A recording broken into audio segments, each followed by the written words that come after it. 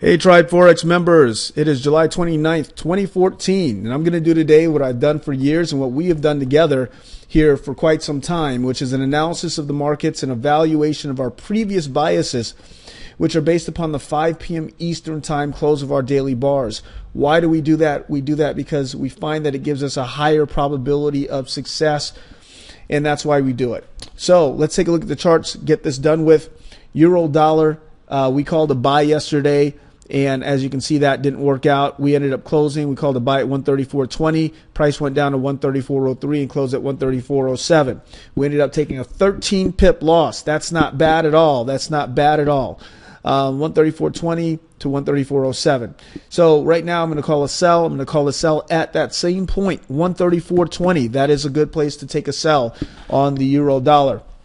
Okay, that's what we've got until we see support being found on the euro dollar. We've got to continue to take sells now, and that's what there is for us. The dollar Swiss, same thing. I'm going to take a buy. We are at kind of at support and resistance, so anything can really happen on this dollar Swiss. I got to be honest, I'm not that solid on this dollar Swiss, so you know what? I'm not going to take the dollar Swiss. I'm going to let the dollar Swiss lie. No call on the dollar Swiss today. I mean, I see that there's potential here for a buy, but I'm not going to call it. So euro dollar sell, dollar Swiss no call. Pound dollar, guys, we had a beautiful sell here, by the way. We called it perfectly here. We called a sell right at the levels that we were at. We called a sell, I believe, at 169.90, and you can see that price just dropped right off that level. Actually, we called it 169.85, and then price just dropped off that level. That's exactly what we wanted. Maximum favorable excursion in our direction, 61 pips. That's what we wanted to see. So we're going to look for a sell here on the pound dollar again, and we're looking for a sell down to 169.16.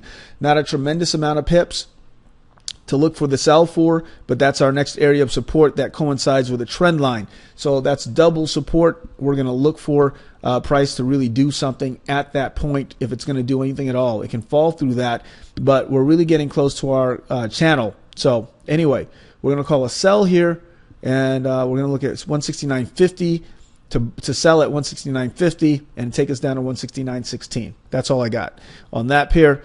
Dollar yen, we called a buy. Beautiful, perfect. We call a buy at 101.85. Price jumped straight up or in that vicinity, and price moved straight up right as we thought it would and closed above 102, the 10200 handle.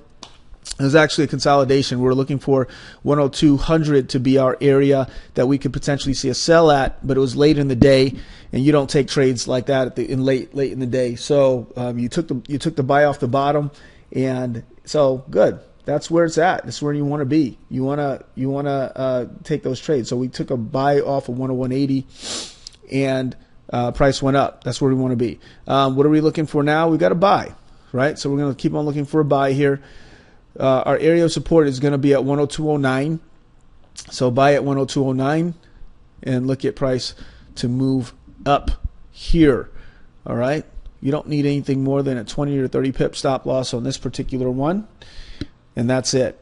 Aussie dollar, we did not call anything on this trade because it's just been bouncing around here. But we have a good place to call a buy here. We're going to call a buy on the Aussie dollar at 0.9372. Okay, 0.9372.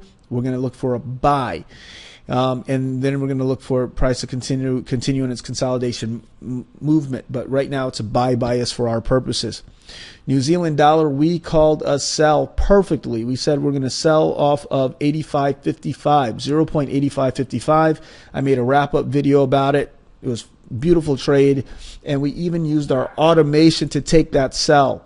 So we took automated trade at a sell there, and you can see that price just dropped down.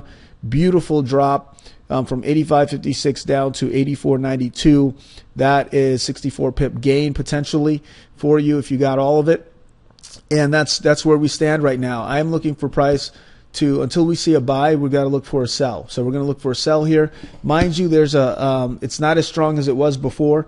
We have support at 0.8488, and so that's a 200 EMA on the daily. And so that's what we're looking for. We're going to look for just to sell until we see a buy movement go forward here, and try to get about 20 or 30 pips on that. Okay. And the pound yen. Pound yen, I call the consolidation bias, selling off of 173.25, I believe, in that vicinity, and 172.80. We're going to buy off of that. And that's exactly what happened. Price just bounced in between this range. We're going to look again for a sell at 173.26 and a buy off of 172.90. That's what we're looking for, consolidation on the pound yen. Euro yen, we called a buy. Really looking for a buy off of 136.56. It was a buy bias. Price did go up, so it did go in our direction. And so we're going to look for more consolidation. I'm looking for a sell off of 137.09. And I'm going to look once again to buy at 136.56. And the dollar CAD broke through an area of support and resistance, which would be this resistance area and the moving average, the Bollinger midband. And so we're going to look for a buy off of 1.0845 on the dollar CAD. Guys, that would sum it up. That is all of our calls for now. I look forward to seeing you guys tomorrow. Good luck, and I hope you made big pips off of yesterday's calls. All the best. Bye-bye.